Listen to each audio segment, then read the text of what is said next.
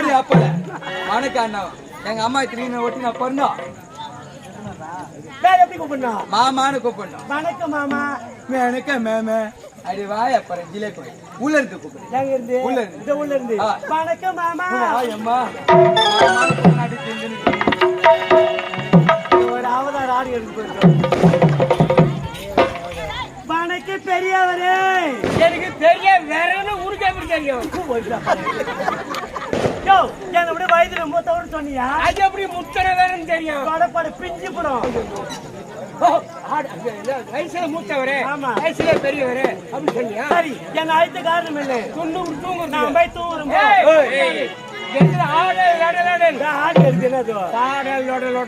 சிறப்பா இருக்கணும் சீக்கிரம் விட்டு ஆட்டு